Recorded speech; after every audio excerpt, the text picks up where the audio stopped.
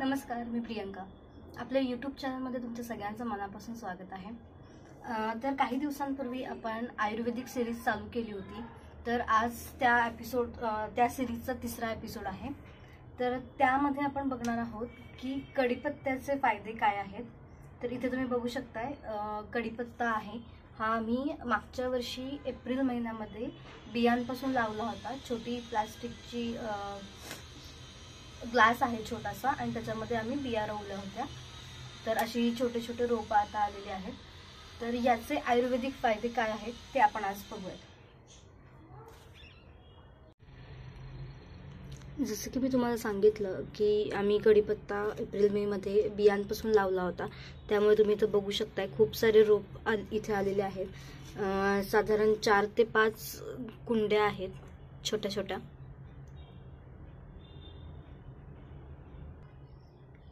तर आज आपण कढीपत्त्याचे फायदे बघणार आहोत.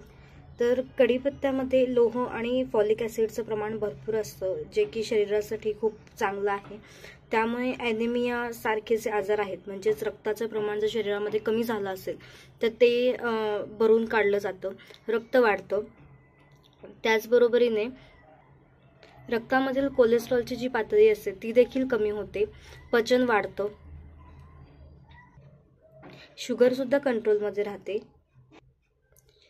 कढीपत्त्याच्या नियमित वापराने किंवा नियमित सेवन करण्याने हृदयविकाराचे जे आजार असतात त्यापासून देखील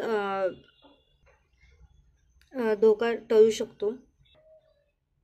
आयुर्वेदामध्ये असं देखील सांगितलं आहे की कढीपत्त्यामुळे वात, पित्त, कफ, सर्दी हे देखील कमी होतं.